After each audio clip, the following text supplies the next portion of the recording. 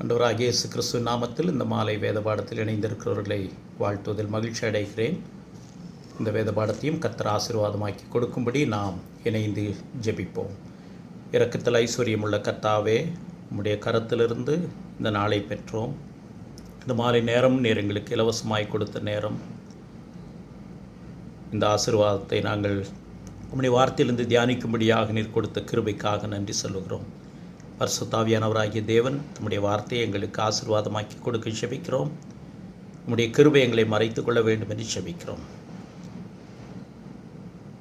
எங்களை உயிர்ப்பிக்கிற, விடுவிக்கிற உம்முடைய வல்லமையுள்ள வார்த்தையின் மூலமாக நீர் எங்களோடு பேச வேண்டும் என்று, எங்களுடைய ஆத்மாவை உயிர்ப்பிக்க வேண்டும் என்று ஜெபிக்கிறோம்.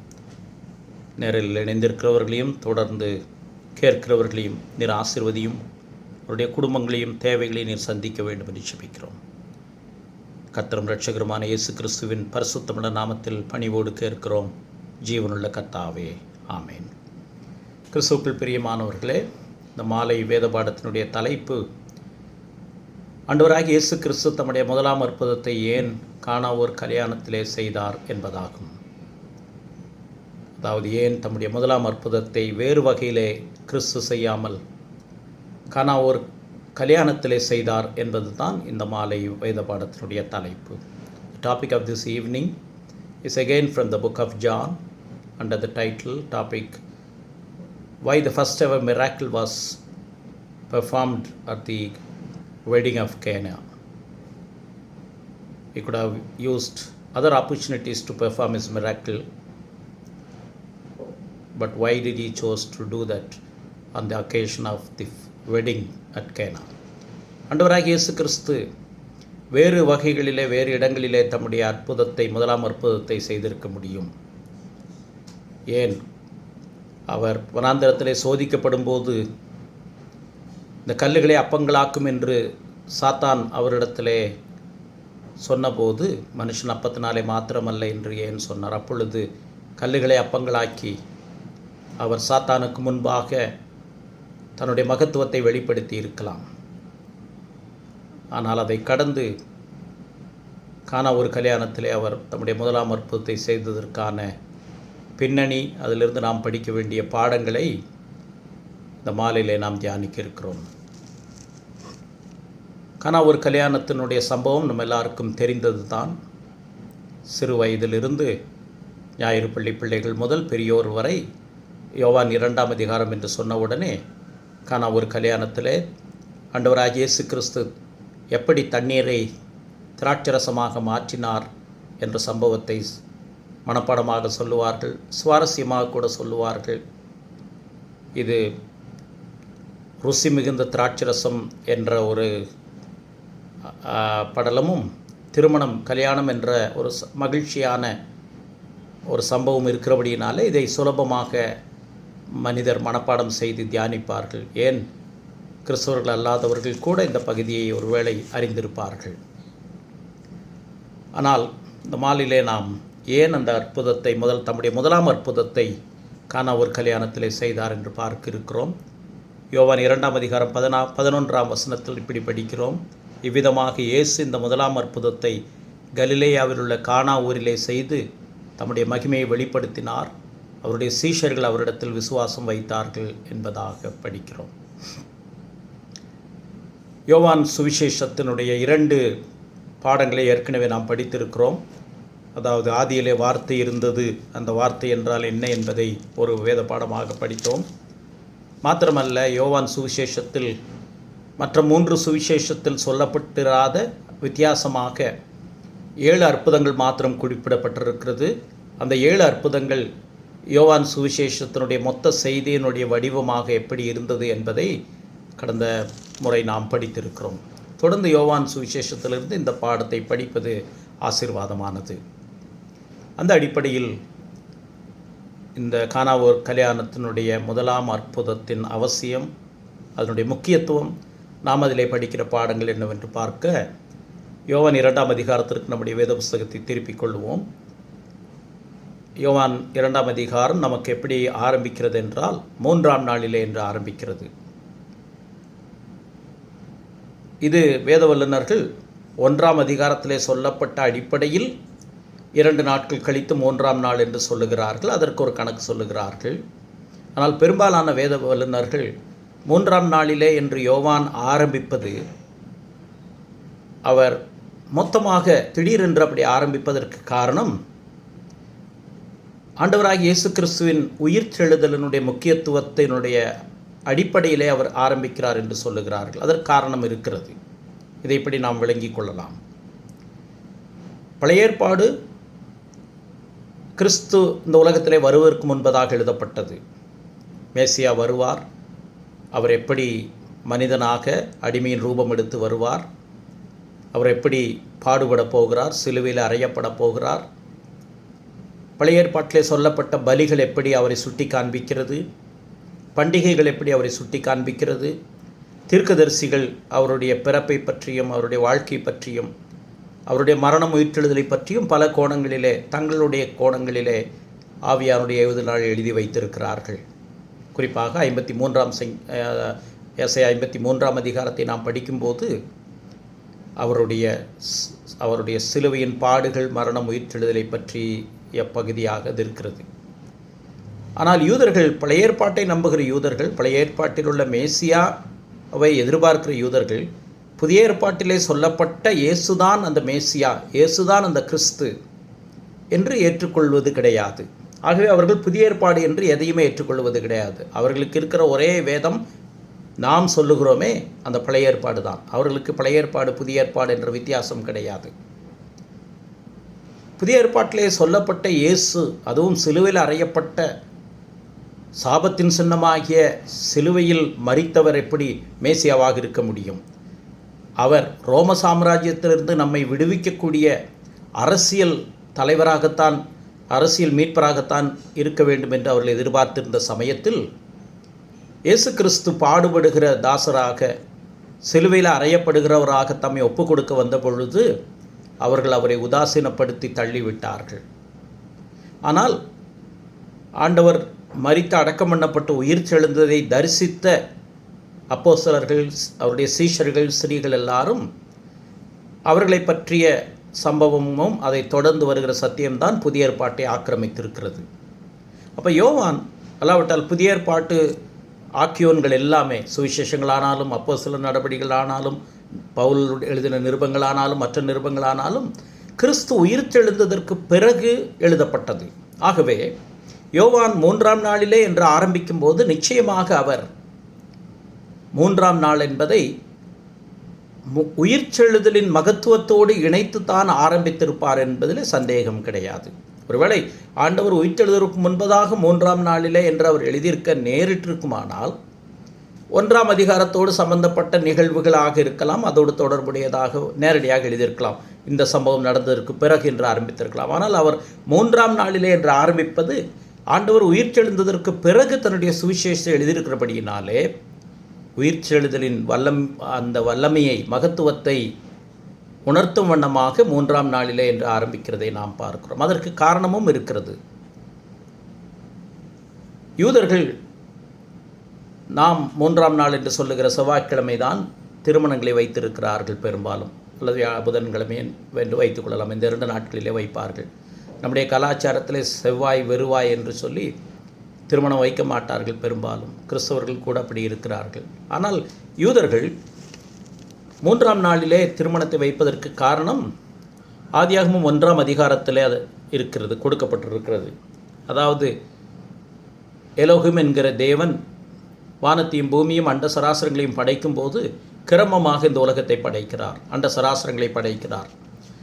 முதல் நாள் படைக்கப்பட்டதற்கு பிறகு நல்லது என்று கண்டார் என்று வேதம் சொல்கிறது. 2ஆம் நாள், அப்படி தொடர்ந்து 4ஆம் நாள், 5ஆம் நாள், 6ஆம் நாள், 6ஆம் நாள் இறுதியிலே மிகவும் நன்றாயிருந்தது, மிகவும் நல்லது என்று கண்டார் என்று படிக்கிறோம்.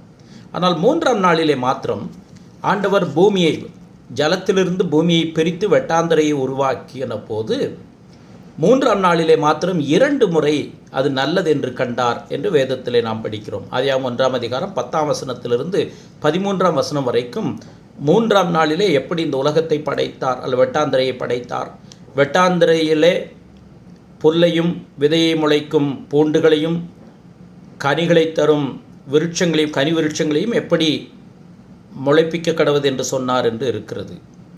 இப்போ 10ஆம் வசனத்தில் 9ஆம் வசனத்தில் 2வது நாள் முடிந்தது. 8ஆம் வசனத்தில் தேவன் ஆகாய விரிவுக்கு வானம் என்று பெயரிட்டார். சாயங்காலம் விடியற்காலமாகி 2ஆம் நாள் ஆயிற்று. பின்பு தேவன் வானத்தின் கீழே இருக்கிற ஜலம் ஒரு இடத்தில் சேரவும் வெட்டாந்தரை காணப்படும் என்றார். தேவன் வெட்டாந்தரைக்கு பூமி என்று பெயரிட்டார். ஜலத்திற்கு சமுத்திரம் என்று பெயரிட்டார். தேவன் அது நல்லது என்று கண்டார். அப்போ 10ஆம் வசனத்திலே 3வது நாளில் வெட்டாந்தரையும் ஜலத்தையும் பிரித்து, வெட்டாந்தரைக்கு ஜலத்திலிருந்து பிரிக்கப்பட்ட இடத்திற்கு வெட்டாந்தரை என்றும் ஜலத்திற்கு சமுத்திரம் என்று பெயரிட்டார். நல்லது என்று கண்டார். அதோடு அந்த வசனம் முடியவில்லை. அப்பொழுது தேவன் 11ஆம் வசனத்திலே பூமியானது புல்லையும் விதையும் உரைக்கும் பூண்டுகளையும் கனி விருட்சங்களையும் முளைப்பிக்கடுவது என்றார். 12ஆம் வசனத்திலே பூமியானது புல்லையும் தங்களுடைய ஜாதியின்படியே கனிகளை கொடுக்கும் விருட்சங்களையும் முளைப்பித்தது. மறுபடியும் 12ஆம் வசனத்திலே தேவன் அது நல்லது என்று கண்டார் என்று வாசிக்கிறோம். அதற்கு பிறகு 13ஆம் வசனத்திலே சாயங்காலம் விடியற்காலமாகி 3ஆம் நாள் ஆயிற்று என்று எழுதியிருக்கிறது. அப்போ 3ஆம் நாளிலே 2 முறை வெட்டாந்தரையை பூமியை படைத்து, பூமியை விருட்சங்களினாலே சகலவித விருட்சங்கள், மரம், செடி, கொடிகள் இவைகளை முளைப்பிக்க கடவுது என்று சொல்லிவிட்டு நல்லது என்று 2 முறை சொன்னார். ஆகவே 3ஆம் நாள் விசேஷமான நாள் என்று கருதி அவர்கள் 3ஆம் நாளிலே திருமணத்தை ஆயத்தப்படுத்துவார்கள். 6ஆம் நாளிலே மனுஷனையும் மனுஷியும் தம்முடைய சாயலாக கிறிஸ்து படைத்தவுடனே படைத்து மிகவும் நல்லது என்று சொன்னார். அப்போ 3ஆம் நாள் 2 முறை நல்லது என்று சொல்லுகிறார். வெட்டாந்தரை பூமியை உண்டாக்கினார். 6ஆம் நாள் அந்த பூமியிலே மனுஷனையும் மனுஷியும் படைத்து மிகவும் நல்லது என்று கண்டார் என்று படிக்கிறோம். அந்த அடிப்படையிலே 3ஆம் நாளில் அந்த திருமணத்தை அவர்கள் நடத்தி வந்தார்கள். இந்த ஒரு கல்யாணத்தினுடைய அம்சத்திலிருந்து நாம் 3 முக்கியமான பாடங்களை படிக்கிறோம். ஏன் ஆண்டவராகிய இயேசு கிறிஸ்து தமது முதலாம் அற்புதத்தை ஒரு கல்யாணத்திலே செய்தார் என்பதற்கான 3 காரணங்களை நாம் பார்க்கலாம். 3ஆம் நாளிலே கானாவூரில் ஒரு கல்யாணம் நடந்தது. இயேசுவின் தாயும் அங்கே இருந்தாள். இயேசுவும் அவருடைய சீஷரும் அந்த கல்யாணத்துக்கு அழைக்கப்பட்டிருந்தார்கள். இந்த சம்பவம் நமக்கு தெரியும். இதில் நாம் கவனிக்கிற 3 அம்சங்களை பார்ப்பது நல்லது. முதலாவது,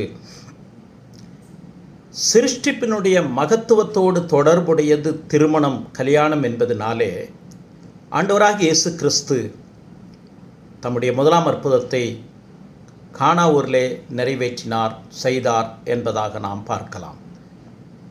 His great authority over the creation order in which marriage or the union of man and woman has been ordained or designated. ஆதியாகமம் 1ஆம் 2ஆம் அதிகாரத்திலே மனுஷனையும் மனுஷியும் கடவுள் படைத்து முதலிலே மனிதனை படைத்தார். ஆதாமை உண்டாக்கினார் மண்ணிலிருந்து. அதற்கு பிறகு ஆதாமுக்கு அயர்ந்த நித்திரை வரப்பண்ணினார். ஆதியாகமம் 2ஆம் அதிகாரம் 20ஆம் வசனத்திலே படிக்கிறோம். 21 அவன் நித்திரை அடைந்தான். அவன் விலா எலும்புகளில் ஒன்றை எடுத்து அந்த இடத்தை சதையினால் அவர் அடைத்தார். தேவனாய் கர்த்தர் தாம் மனுஷனில் எடுத்த விலா எலும்பை மனுஷியாக உருவாக்கி அவளை மனுஷனிடத்தில் கொண்டு வந்தார். இப்போ கர்த்தர் பிதாவாகிய தேவனாவிட்டால் சிருஷ்டிப்பின் தேவன் எல்லாவற்றையும் சிருஷ்டித்ததற்கு பிறகு கடைசியாக மனுஷியை உண்டாக்குகிறார். இன்னும் சொல்லப்போனால் கடைசியாக உருவாக்கப்பட்டதும் மனுஷிதான். மனுஷனை முதலாவது உருவாக்கி விட்டார். விலங்குகளுக்கும் பறவைகளுக்கும் பெயரிடச் சொன்னார். பெயரிட்டு முடித்த உடனே ஆதாமுக்கு இன்னும் ஏற்ற துணை காணப்படவில்லை என்று படிக்கிறோம். அந்த பின்னணியிலே அவனுக்கு அயர்ந்த நித்திரை வரப்பண்ணினார். ஏவாளை உண்டாக்கினார். விலா எலும்பை எடுத்து அப்படி செய்தார். அவர் தாமே கொண்டு வந்தார் என்பதாக நாம் பார்க்கிறோம். ஆகவே சிருஷ்டிப்பிற்கு பிறகு சிருஷ்டிப்போடு தொடர்புடைய முதலாம் அற்புதம் ஏவாளை உருவாக்கி, அதாவது விலா எலும்பிலிருந்து அவர் மண்ணிலிருந்து உருவாக்கின மனுஷனுடைய விலா எலும்பிலிருந்து மனுஷை உண்டாக்கி அவளை ஆதாமிடத்திலே கொண்டு வந்தார். இப்போ முதலாவது சிருஷ்டிப்புக்கு பிறகான மிக முக்கியமான அற்புதம் மனிதனுடைய விலா எலும்பிலிருந்து மனுஷியை உண்டாக்கியதாகும். The first miracle after creation was that God created or made woman out of man from his ribs. சிருஷ்டிப்பே மகத்துவம், உண்டாக்கடவது என்று சொன்னார். வானங்களும் பூமியும் சர்வ அண்ட சராசரங்களும் உருவாக்கப்பட்டது. சூரியன், சந்திரன், கோடான கோடி நட்சத்திரங்கள், பறவைகள், விலங்குகள், மலைகள், பர்வதங்கள், ஆறு, ஏரி, இப்படி மகத்துவமான காட்சியை நாம் பார்க்கிறோம். அதுவே அற்புதம்தான். அதற்கு பிறகு அந்த சிருஷ்டிப்பினுடைய கடைசி சிருஷ்டிப்பாக மனுஷனிலிருந்து மனுஷியை உருவாக்குகிறார். விலா எலும்பை எடுத்து இப்படி செய்கிறார் என்று பார்க்கிறோம். ஆகவே சிருஷ்டிப்பிலே காணப்பட்ட அதிசயத்தின் உச்சகட்டமாக நாம் ஏவாள் உருவாக்கப்பட்டதை பார்க்கிறோம். அந்த பின்னணியிலே ஆண்டவராகிய இயேசு கிறிஸ்து கணவன் மனைவி இணைப்பாகிய ஒரு திருமணத்திலே அவர் அழைக்கப்பட்டிருந்த பொழுது அவர் அந்த இடத்தில் அற்புதத்தை செய்தார். ஒருவேளை அந்த திருமணத்தின் உறவினராக மரியாள் இருந்திருக்க முடியும் என்றும் அதன் அடிப்படையிலே கிறிஸ்துவும் அவருடைய சீஷரும் போயிருக்க முடியும் என்பதாக சொல்லுகிறார்கள். ஒருவேளை சீஷர்கள், ஆண்டவராகிய இயேசு கிறிஸ்து சோதிக்கப்படும் போது சீஷர்கள் அங்கே இருக்கவில்லை. அவர் பிசாசினாலே சோதிக்கப்படும் போது கல்லுகளை அப்பங்களாக்கு என்று சொல்லும் போதாக இருக்கட்டும், அதற்கு முன்பு ஒருவேளை ஞானஸ்நானம் பெற்றபோது ஆண்டவர் யோவானால் ஞானஸ்நானம் பெற்றபோதாக இருக்கட்டும், அந்த சமயத்திலே வானத்திலிருந்து வந்த சத்தம், இவர் என்னுடைய நேசகுமாரன், இவரில் பிரியமாயிருக்கிறேன் என்று சொன்ன சத்தத்தை கேட்கும் போதாகட்டும் சீஷர்கள் இருந்திருக்க மாட்டார்கள். இப்போ முதல் முறையாக சீஷர்கள் தேவனுடைய மகிமையை காண்பதற்கான இடம் இந்த முதலாம் அற்புதம். அதாவது அவர் சீஷர்களை தெரிந்தெடுத்து அழைத்ததற்கு பிறகு ஒரு கல்யாணத்திலே தமது முதலாம் அற்புதத்தை செய்கிறார். இது நமக்கு கற்றுக் கொடுக்கிற பாடம், ஆண்டவர் எருசலேமிலே தேவாலயத்திலே மத தலைவர்கள் மத்தியிலே தம்முடைய முதலாம் அற்புதத்தை செய்யாமல் ஒரு எளிய இடத்திலே திருமணத்திலே இந்த முதலாம் அற்புதத்தை செய்கிறதை நாம் பார்க்கிறோம். இப்படி தம்முடைய மகிமையை வெளிப்படுத்தினார் என்று வேதம் சொல்லுகிறது. முதல் அதிகாரத்திலே, யோவான் தன்னுடைய முதலாம் அதிகாரத்திலே, ஆதியிலே வார்த்தை இருந்தது. 14ஆம் வசனத்தில் குறிப்பாக அந்த வார்த்தை மாம்சமாகி கிருபையினாலும் சத்தியத்தினாலும் நமக்கு நிறைந்தவராய் நமக்குள்ளே வாசம் பண்ணினார். அவருடைய மகிமையை கண்டோம். அது பிதாவுக்கு ஒரே பேரானவருடைய மகிமைக்கு ஏற்ற மகிமையாகவே இருந்தது என்று சிருஷ்டிப்பிலே தேவனுடைய மகிமையும் அந்த வார்த்தை மாம்சமாகி வந்த அதிலே அவருடைய மகிமையும் சொல்லிவிட்டு 2ஆம் அதிகாரத்திலே அந்த மகிமை ஒரு திருமணத்திலே அந்த அற்புதத்தின் மூலமாக வெளிப்படுத்தப்பட்டது என்று சொல்லுகிறதை பார்க்கிறோம். இங்கேதான் ஏன் ஆண்டவராகிய இயேசு கிறிஸ்து தம்முடைய முதலாம் அற்புதத்தை ஒரு திருமணத்திலே செய்து தம்முடைய ஊழியத்தை ஆரம்பிக்கிறார், அதனுடைய பின்னணி என்பதற்கான முதல் காரணத்தை பார்க்கிறோம். மத்தேயு 19ஆம் அதிகாரத்தில் திருமணத்தினுடைய மகத்துவத்தை மறுபடியும் ஆண்டவராகிய இயேசு கிறிஸ்து சுட்டி காண்பிக்கிற பகுதியை பார்க்கிறோம். மத்தேயு 19ஆம் அதிகாரம் 3ஆம் வசனத்திலிருந்து குறிப்பாக, பரிசேயர் அவரை சோதிக்க வேண்டுமென்று விவாகரத்தை தள்ளிவிடுதலை பற்றி கேட்டார்கள். அப்பொழுது அவர் பிரயோத்திரமாக 4, 5, 6 வசனங்களிலே ஆதியிலே மனுஷனை உண்டாக்கினவர் அவர்களை ஆணும் பெண்ணுமாக்க உண்டாக்கினார் என்பதையும், இது நிமித்தம் புருஷனானவன் தன் தகப்பனையும் தாயையும் விட்டு தன் மனைவியோடு இசைந்திருப்பான், அவர்கள் இருவரும் ஒரே மாம்சமாயிருப்பார்கள் என்று அவர் சொன்னதையும் நீங்கள் வாசிக்கவில்லையா? அது ஆதியாகமத்தில் இருக்கிறது. ஆனால் இயேசு கிறிஸ்து அதை சேர்த்து ஒரு வார்த்தையை சொல்லுகிறார். இப்படி இருக்கிறபடினால் அவர்கள் இருவராயிராமல் ஒரே மாம்சமாயிருக்கிறார்கள், ஆகையால் தேவன் இணைத்ததை மனுஷன் பிரிக்காதிருக்க கடவன் என்றார். அந்த வார்த்தையை சேர்த்து சொல்லுகிறார். திருமணத்தினுடைய மகத்துவம், இந்த உலகத்தில் எதையும் பிரிக்கலாம் சேர்க்கலாம், ஆனால் தேவன் இணைத்ததை மனிதன் பிரிக்காதிருக்க கடவன் என்று கட்டளையிட்டார்.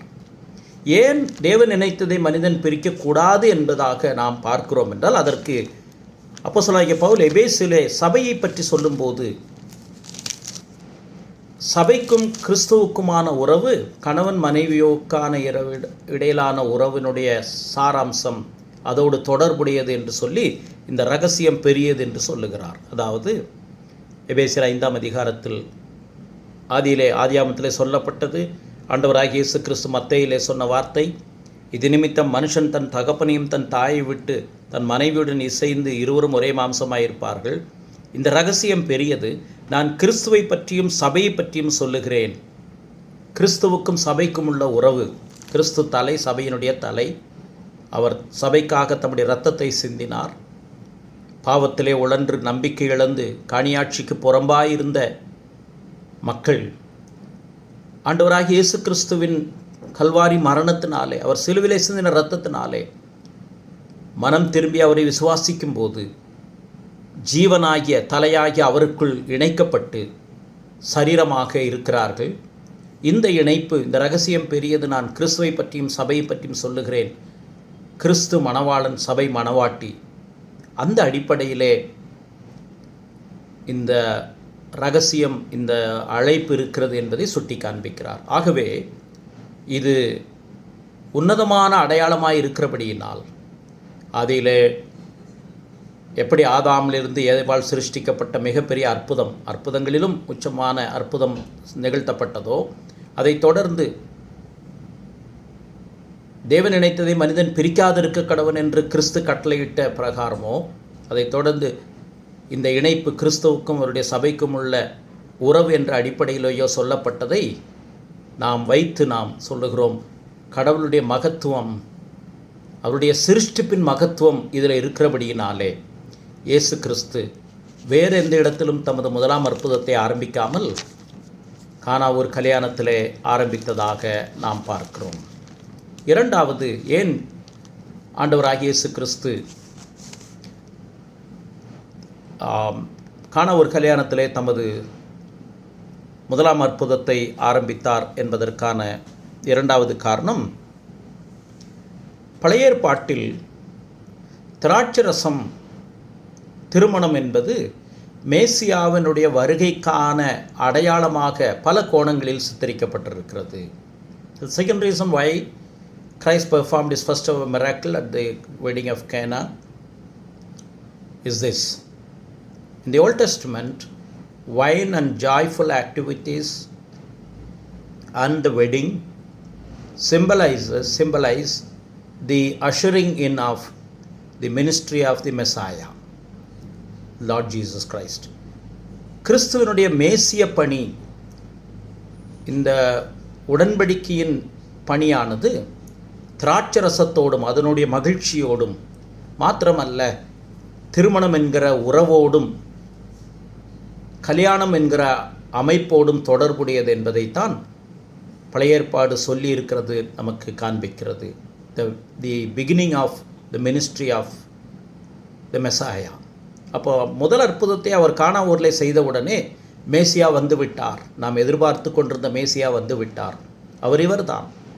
அவர் நமக்காக எல்லாவற்றையும் செய்து நிறைவேற்றப் போகிறார் என்பதை சுட்டி காண்பிக்கிற வண்ணமாக கிறிஸ்து தமது முதலாம் அற்புதத்தை கானாவூரிலே செய்கிறார். பழைய ஏற்பாட்டிலிருந்து சில வசனங்களை இதோடு தொடர்படுத்தி பார்ப்பது நல்லது. ஆதியாகமம் 49 அதிகாரத்தில், அதற்கு முன்பாக ஆதியாகமத்தில் நோவாவை பற்றி நாம் படிக்கும்போது, நோவா வெள்ளத்திலிருந்து பேழையின் மூலமாக பாதுகாக்கப்பட்டார். பாதுகாக்கப்பட்டு அவர் வெளியே வந்தபோது அவர் திராட்சை தோட்டத்தை நாட்டினான் என்று படிக்கிறோம்.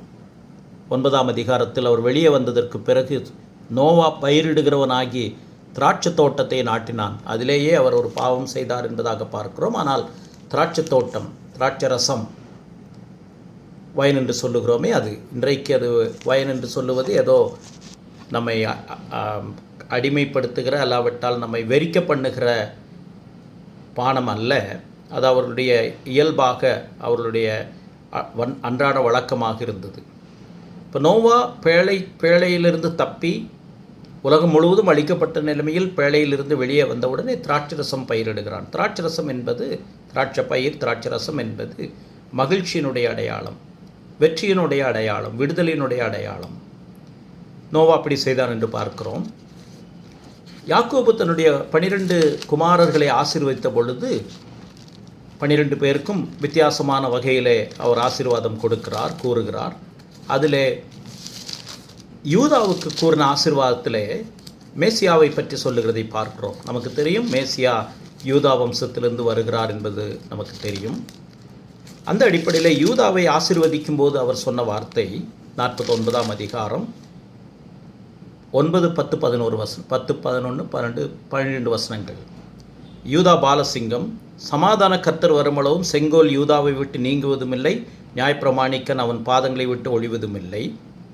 அவன் தன் கழுதை குட்டியை திராட்சை செடியிலும் தன் கோழி கழுதையின் குட்டியை நற்குல திராட்சை செடியிலும் கட்டுவான். திராட்சை ரசத்திலே தன் வஸ்திரத்தையும் திராட்சை பழங்களின் இரத்தத்திலே தன் அங்கியும் தோய்ப்பான். அவன் கண்கள் திராட்சை ரசத்தினால் சிவப்பாயும் அவன் பற்கள் பாலினால் வெண்மையாயும் இருக்கும் என்று சொல்லுகிறார், ஆசீர்வதிக்கிறார். சமாதான கர்த்தர் வருமளவும் என்று சொல்லும்போது அவர் மேசியாவை சொல்லுகிறார். ஏனென்றால் யூதா வம்சத்திலே தான் தாவீதின் சிங்காசனத்திலே ஆண்டவராகிய இயேசு கிறிஸ்து வருவார் என்பது தெரியும். திராட்சரசத்திலே அவருக்குள்ள இணைப்பை சொல்லுகிறார். திராட்சரசம் திருமணத்திலே பரிமாறப்படுகிறது, ஒரு முக்கியமான பானம் யூத கலாச்சாரத்தில் இருக்கிறது. அவருடைய பண்டிகைகளிலே எல்லாவற்றிலேயும் திராட்சரசத்தினுடைய ரசம், அதனுடைய பங்களிப்பு மிக முக்கியமானது.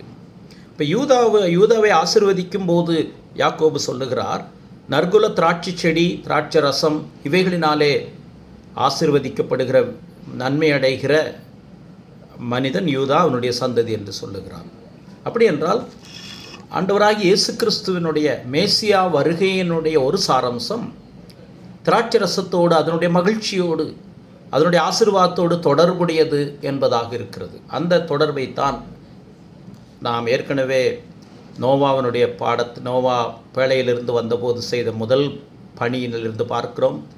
யாக்கோபு தன்னுடைய 12 குமாரரை ஆசீர்வதிக்கிற செய்தியிலிருந்து பார்க்கிறோம். இன்னும் சில வசனங்களை பழைய ஏற்பாட்டிலே பார்க்கலாம். அதாவது மேசியாவினுடைய வருகை இந்த திராட்சரசத்தோடும் களிப்போடும் மகிழ்ச்சியோடும் சம்பந்தம் உடையது என்பதை நாம் பார்க்கலாம். திருமணம் என்றால், கல்யாணம் என்றால் மகிழ்ச்சியானது தான். எந்த தேசத்திலும் எந்த கலாச்சாரத்திலும் திருமணத்தினுடைய மகிழ்ச்சி வேறு எதற்கும் இணையாக வருவது கிடையாது. திருமண வீட்டாருக்கும் அவர்களோடு சம்பந்தப்பட்ட உறவுகளுக்கும் அது ஒரு மகிழ்ச்சியான தருணம். அந்த மகிழ்ச்சியைத்தான் ஆண்டவராகிய இயேசு கிறிஸ்து கொண்டு வருகிறார், மேசியாவாக கொண்டு வருகிறார் என்பதாக இது சொல்லுகிறது. மனிதன் பாவத்தை சவதரித்து சமாதானத்தையும் மகிழ்ச்சியும் இழந்திருக்கிறான். ஆனால் மேசியாவின் மூலமாக அது கிடைக்கிறது என்பதாக நாம் பார்க்கிறோம்.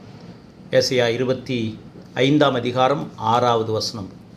சேனைகளின் கர்த்தர் இந்த மலையிலே சகல ஜனங்களுக்கும் ஒரு விருந்தை ஆயத்தப்படுத்துவார். நம் விருந்து என்பதை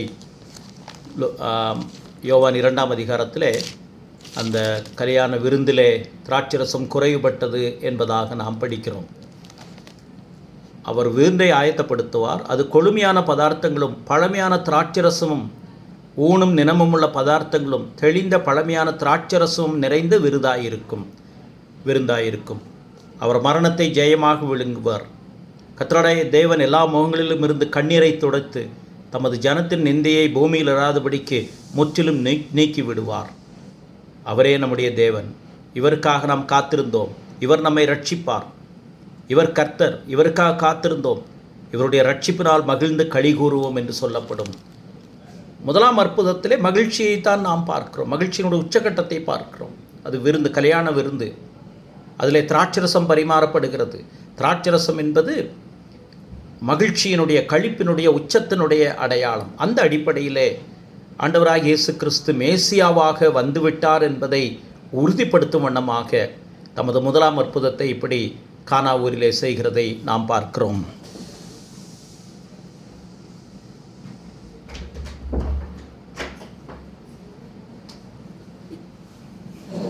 மேசியாவினுடைய வருகை இப்படி சொல்லப்படுகிறது. இன்னும் சில வசனங்களை இதோடு தொடர்படுத்தி பார்க்கலாம்.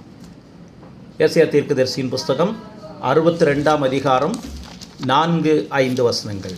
ஏசாயா தீர்க்கதரிசியின் புஸ்தகம் 62ஆம் அதிகாரம் 4-5 வசனங்கள்.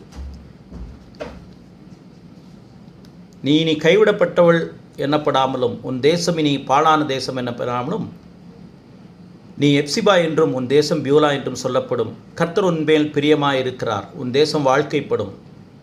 வாலிபன் கன்னிகை விவாகம் பண்ணுவது போல உன் மக்கள் உன்னை விவாகம் பண்ணுவார்கள். மணவாளன் மணவாட்டின் மேல் மகிழ்ச்சியாக இருப்பது போல உன் தேவன் உன்மேல் மகிழ்ச்சியாயிருப்பார். மறுபடியும் இந்த இடத்துல கிறிஸ்துவனுடைய மேசியாவினுடைய வருகை மணவாளன் வருகிறதற்கு அடையாளமாக சொல்லப்படுகிறது. மணவாளன் வரும்போது மகிழ்ச்சி இருக்கும். மகிழ்ச்சியினுடைய அடையாளம் திராட்சரசம். அங்கே திராட்சரசம் குறைவுபட்ட பொழுது கர்த்தர் இந்த அற்புதத்தை செய்கிறார். முன் ருசி குறைந்ததை பின்னாலே கொடுப்பார்கள், ஆனால் ருசி கூடியதை மிகுந்ததை பின்னாலே எப்படி வைத்திருந்தீர் என்று பந்தி விசாரிப்புக்காரனிடத்திலே கேட்கிறார்கள். கிறிஸ்துவுக்குள் பிரியமானவர்களே, ஆண்டவராகிய இயேசு கிறிஸ்துனுடைய மேசியாவினுடைய வருகை இதிலே சம்பந்தப்படுகிறது என்பதை நாம் பார்க்கிறோம். எரேமியா 33ஆம் அதிகாரம் 10வது வசனத்திலேயும் மேசியாவினுடைய வருகை மகிழ்ச்சியோடும் திராட்சரசத்தோடும் விடுதலையோடும் இருக்கிறது என்பதை சொல்லுகிறோம். அதற்கு அடையாளமாகத்தான் முதலாம் அற்புதத்தை அவர் இப்படி செய்கிறார். 11ஆம் வசனத்தில் இன்னும் களிப்பின் சத்தமும் மகிழ்ச்சியின் சத்தமும் மணவாளனின் சத்தமும் மணவாட்டியின் சத்தமும் சேனைகளின் கர்த்தரை துதியுங்கள், கர்த்தர் நல்லவர், அவர் கிருபை என்றும் உள்ளது என்று சொல்லுகிறவர்கள் சத்தமும் கர்த்தருடைய ஆலயத்துக்கு ஸ்தோத்திர பலிகளை கொண்டு வரலின் சத்தமும் கேட்கப்படும் என்று கர்த்தர் சொல்லுகிறார். அவர்கள் முன்னிருந்தது போல் இருக்கும்படி தேசத்தின் சிறையிருப்பை திருப்புவேன் என்று கர்த்தர் சொல்லுகிறார். இது மேசியாவினுடைய வருகையினுடைய அடையாளமாக இருக்கிறது.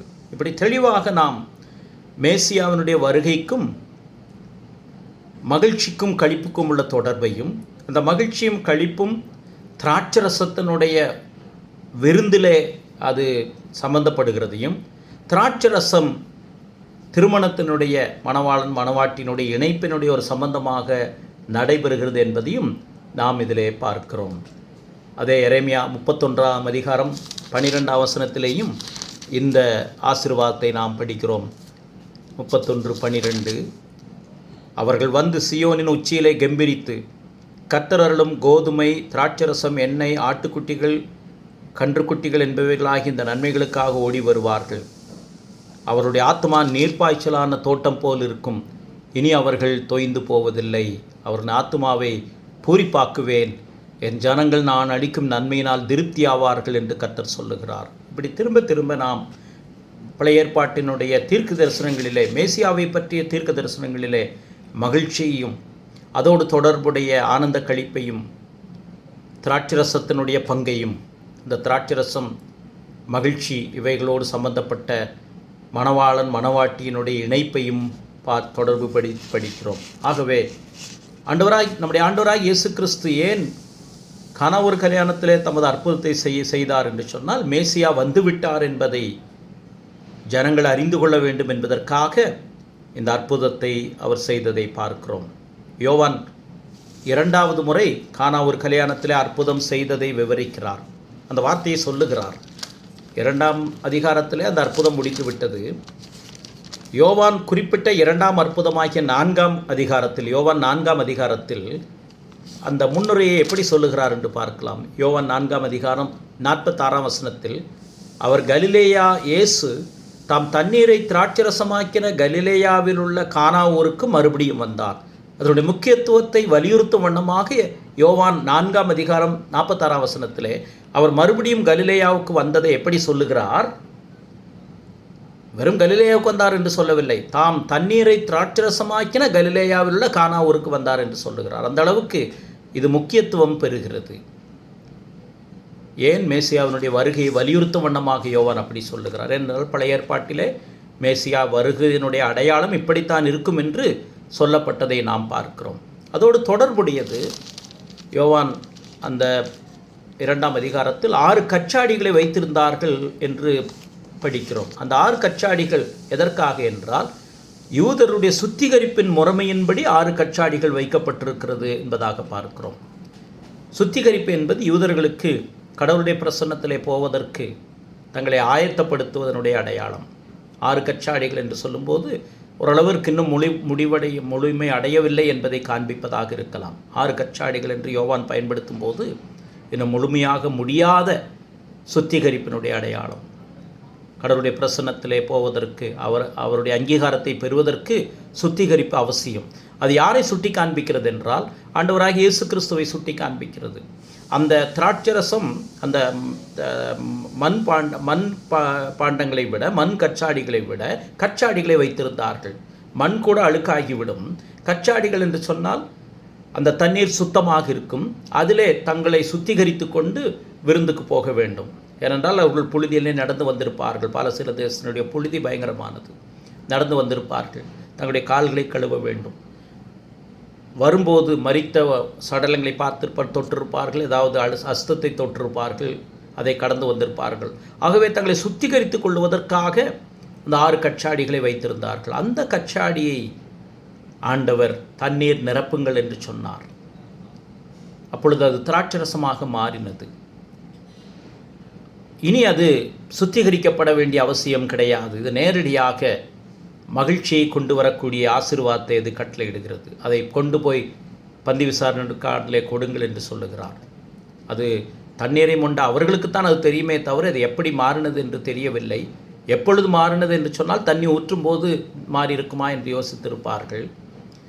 இனி அது சுத்திகரிப்புக்கு அவசியம் இல்லை. அந்த தண்ணீர், அந்த கச்சாடி இப்பொழுது திராட்சரசத்தினுடைய, அதாவது மேசியாவினுடைய வருகையின் அடையாளமாக அது இப்பொழுது காட்சியளிக்கிறது. நீங்கள் கொண்டு போய் பரிமாறுங்கள். அது மிகவும் ஆசீர்வாதமான ருசியுள்ள திராட்சரசத்தை கொடுத்தது என்பதாக நாம் பார்க்கிறோம். இப்போ 2 காரணங்களை பார்த்தோம்.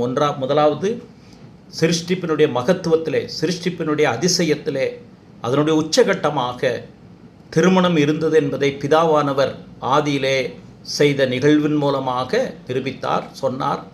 அதை பிரதிபலிக்கும் வண்ணமாக ஆண்டவராகிய இயேசு கிறிஸ்து தமது முதலாம் அற்புதத்தை கானா ஒரு கல்யாணத்திலே செய்தார்.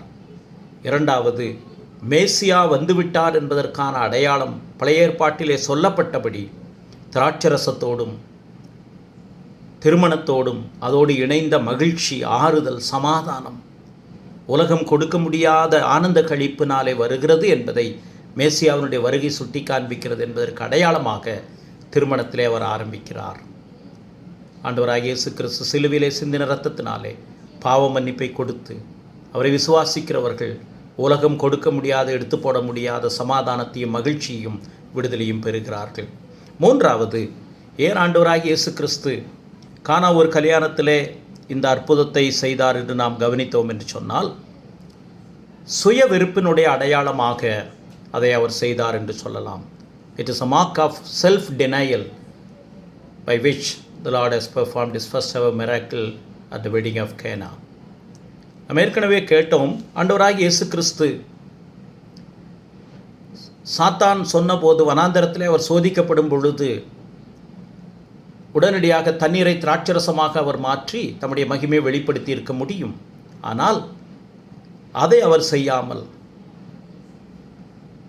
தேவையுள்ள இடத்துல வந்து கானா ஒரு கல்யாணத்திலே முதலாம் அற்புதத்தை செய்கிறார். சிறு பாயத்திலிருந்து அவர் அற்புதம் எதுவும் செய்யவில்லை. தயவுசெய்து இதை புரிந்து கொள்ளுங்கள். இன்றைக்கு நிறைய பேர் ஆண்டவராகிய இயேசு கிறிஸ்துவுக்கு சிறு பிராயத்திலிருந்தே வல்லமை இருந்தது, அதிகாரம் இருந்தது என்று நிரூபிக்க முயற்சி செய்து வேதத்திலே சொல்லாதபடி சில கட்டுக்கதைகளை சொல்லுகிறார்கள். சிறு பிராயத்திலே அவர் மண்ணிலே விளையாடி கொண்டிருந்தார்.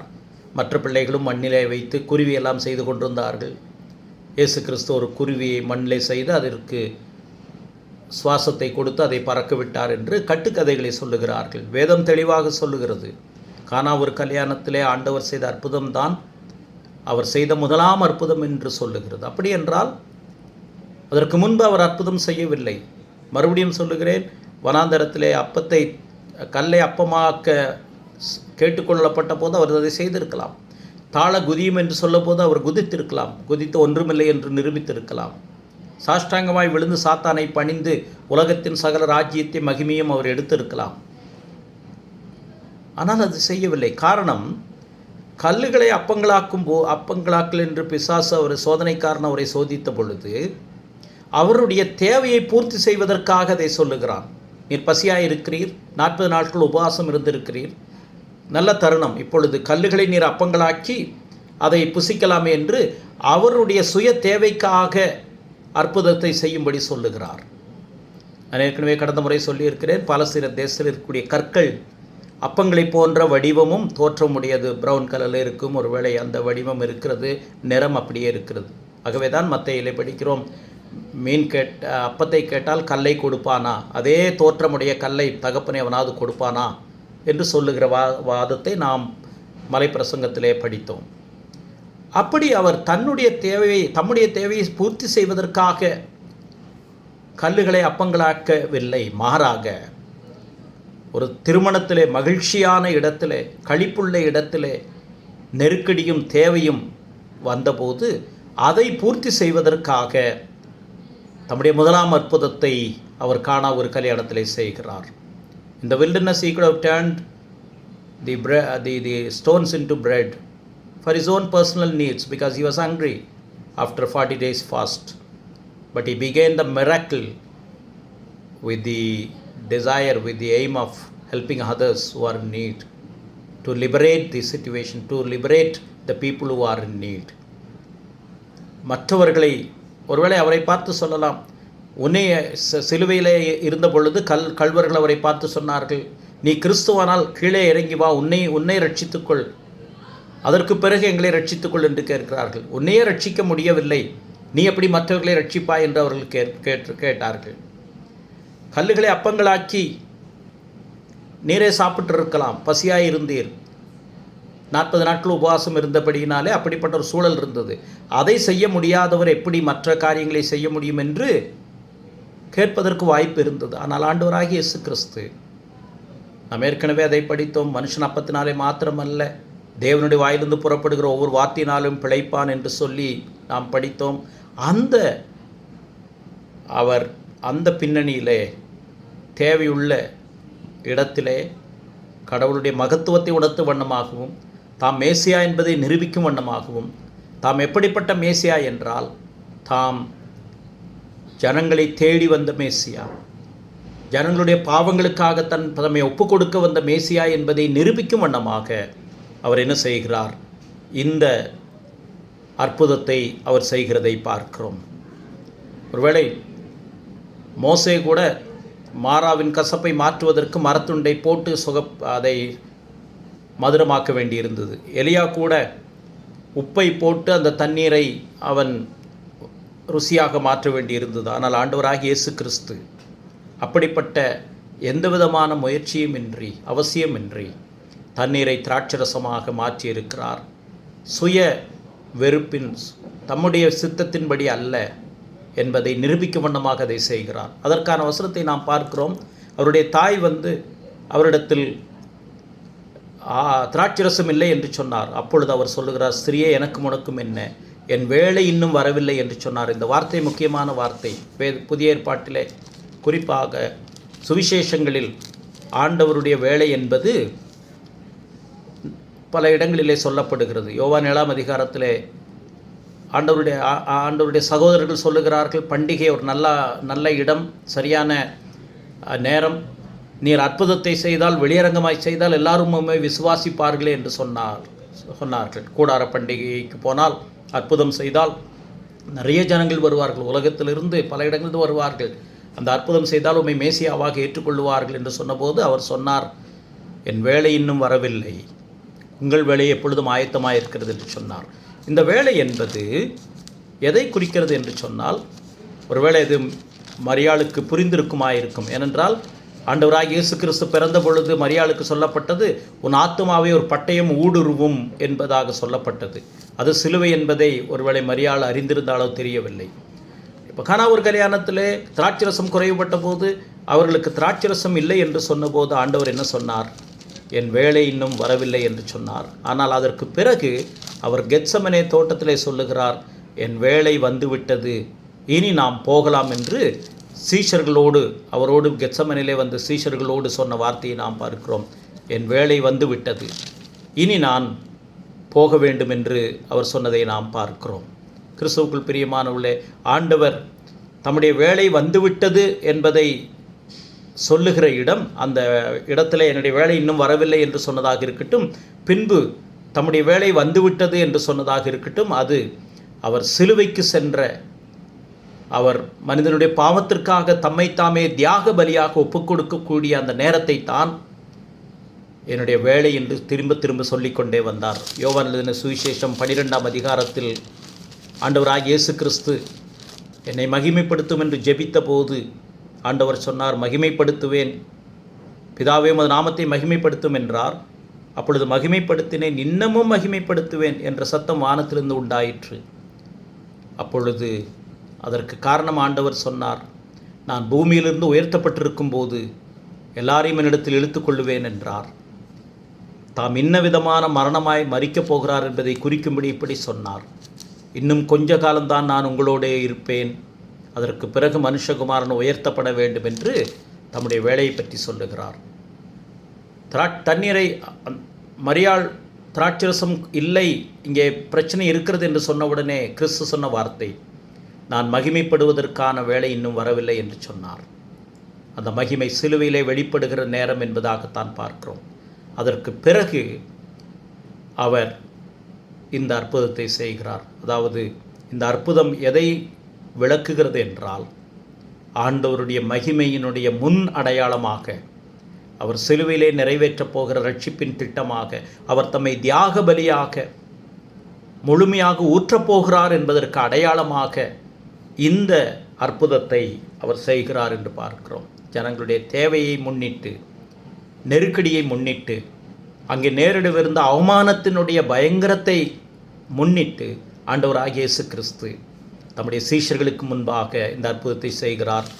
நாம் யோவான் 2 அதிகாரம் 11 வசனத்திலே படிக்கிறோம், அவருடைய சீஷரில் அநேகர் அவரிடத்தில் விசுவாசம் வைத்தார்கள். இதில் யோவானும் அடங்குவார். நான் ஏற்கனவே சொன்னேன், ஆண்டவர் உயிர்த்தெழுந்ததற்கு பிறகுதான் இந்த சுவிசேஷத்தை புதிய ஏற்பாடு பகுதிகளை அவர்கள் எழுதியிருக்கிறார்கள். யோவானும் ஆண்டவராகிய இயேசு கிறிஸ்துவை விசுவாசித்தபடியினாலே இந்த சுவிசேஷத்தை எழுதியிருக்கிறார்.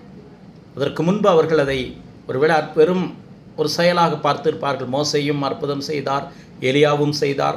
இதே போல தண்ணீரை மாற்றினார்கள், மதுரமாக மாற்றினார்கள். இது பெரிய வித்தியாசம் கிடையாது, ஒரு தீர்க்கதரிசியாக இருந்து விட்டு போய் விடுவார் என்றெல்லாம் நம்பினார்கள். ஆனால் இவர்தான் மேசியா, இவர்தான் நம்முடைய பாவத்திற்கு பரிகாரி, இவர்தான் ஆதியிலே இருந்தவர், வார்த்தையாய் இருந்தவர் என்பதை உணர்ந்துதான் யோவான் தன்னுடைய சுவிசேஷத்தை ஆதியிலே வார்த்தை இருந்து என்று ஆரம்பிக்கிறார். 2 அதிகாரத்திலே அவருடைய மகிமை எப்படி கானா ஒரு கல்யாணத்திலே வெளிப்பட்டது என்பதாக அவர் சொல்லுகிறார். கர்த்தருக்குள் பிரியமானவர்களே, இந்த பின்னணியிலே தான் நம்முடைய ஆண்டவராகிய இயேசு கிறிஸ்துவின் முதலாவது அற்புதம் கானா ஒரு கல்யாணத்திலே செய்யப்பட்டது என்பதை நாம் அறிகிறோம். ஒருவேளை இது மேல்போக்காக நாம் படிக்கும்போது ஆண்டவர் பெரிய அற்புதம் செய்தார், அவருடைய மகத்துவம் வெளிப்பட்டது, ஜனங்களுடைய பிரச்சனை தீர்ந்தது, திருமணம் சந்தோஷமாக நடந்தது என்று நாம் நினைக்கிறோம். அதில் எந்த விதமான மாற்று கருத்தும் இல்லை. ஆனால் அதற்கு பின்பாக இருக்கக்கூடிய இந்த 3 செய்தியும் மிக முக்கியமானது. சிருஷ்டிப்பினுடைய உன்னதத்தை வெளிப்படுத்தும் வண்ணமாக பிதாவோடு இணைந்து அவர் கிரியை செய்கிறார் என்பதை காண்பிப்பதற்காக மற்ற நேரத்தை விட கானா ஒரு கல்யாணத்திலே தமது அற்புதத்தை செய்தார். அது முதலாவது காரணம். 2வது, மேசியா வருகிறார், வந்துவிட்டார் என்பதற்கான அடையாளம் பழைய ஏற்பாட்டிலிருந்து ஆனந்த களிப்பும் மகிழ்ச்சியும், அதோடு தொடர்புடைய திராட்சரசத்தினுடைய மேன்மையும், அந்த திராட்சரசம் பரிமாறப்படுகிற மிக முக்கியமான இடமாகிய பண்டிகைகளில் முக்கியமானதாகிய திருமணத்தையும் மையமாக வைத்து சொல்லப்பட்ட வார்த்தைகள் இயேசு கிறிஸ்துவிலே நிறைவேற வேண்டியது என்பதை அவர் உணர்த்தி வைக்கும் வண்ணமாக கானா ஒரு கல்யாணத்திலே தமது அற்புதத்தை செய்தார். 3வது, அவர் தியாக பலியாக தம்மை ஊற்றப்போகிறார். அவர் தாமே வெறுத்து மனிதனுடைய பாவத்திற்காக தம்மை ஒப்புக் கொடுக்கப் போகிறார் என்பதற்கு அடையாளமாக அவர் மற்ற சமயத்தில் அதை செய்யாமல், குறிப்பாக தாம் சோதிக்கப்பட்ட போது தம்முடைய தேவைக்காக அற்புதம் செய்து தம்முடைய மகிமையை நிரூபிக்காமல், ஜனங்களுடைய தேவை நெருக்கடியான காலகட்டத்திலே இந்த அற்புதத்தை செய்தார். இதுதான் முதலாம் அற்புதத்தை ஏன் கர்த்தராகிய இயேசு கிறிஸ்து கானா ஒரு கல்யாணத்திலே செய்தார் என்பதற்கான முகாந்தரங்கள். கர்த்தர் தாமே மேலும் தொடர்ந்து இந்த பகுதியை வாசிக்கும்போது தம்முடைய ஆசீர்வாதத்தை விடுதலையும் கட்டளையிடுவாராக. கிறிஸ்து நமக்காக எல்லாவற்றையும் செய்தார், நம்முடைய ஆத்ம ரட்சிப்புக்காக செய்தார், அவருடைய மகிமையை வெளிப்படுத்தினார். அது சிலுவையிலே அந்த மகிமை வெளிப்படுத்தப்பட்டது. சிலுவைக்கு கீழே வருவோம், மகா ரட்சிப்பை பெற்றுக்கொள்வோம். கர்த்தர் நம்மை ஆசீர்வதிப்பாராக. இணைந்து ஜெபம் செய்வோம். இரக்கமுள்ள பிதாவே, இந்த மாலை வேதபாடத்திற்காக உமக்கு நன்றி சொல்லுகிறோம். உம்முடைய வார்த்தை எங்களை தொடுகிறதற்காக உம்மை ஸ்தோத்திரிக்கிறோம். குறிப்பாக ஆண்டவராகிய இயேசு கிறிஸ்து தம்முடைய முதலாம் அற்புதத்தை காணா ஒரு கல்யாணத்திலே செய்ததனுடைய முகாந்திரத்தின் 3 அடிப்படைகளை நாங்கள் தியானித்தோம். கர்த்தர் எங்களோடு பேசி நீர் அதற்காக உம்மை ஸ்தோத்திரிக்கிறோம். உம்முடைய வார்த்தைகளை உயிர்ப்பிக்க வேண்டும் என்று கெஞ்சுகிறோம். தொடர்ந்து நீர் எங்களை உம்முடைய கிருபையினால் அலங்கரித்து பாதுகாத்துக்கொள்ள செபிக்கிறோம். நேரில் இணைந்தவர்கள், தொடர்ந்து பார்க்கிறவர்களை உம்முடைய கிருபையினாலே அலங்கரித்து பாதுகாத்துக்கொள்ள செபிக்கிறோம். இயேசு கிறிஸ்துவின் வெளியேறப்பெற்ற நாமத்தில் துதி ஸ்தோத்திரங்களோடு கெஞ்சி நிற்கிறோம் அன்புள்ள பிதாவே. ஆமென். நன்றி. கர்த்தர் உங்களை ஆசீர்வதிப்பாராக. ஆமென்.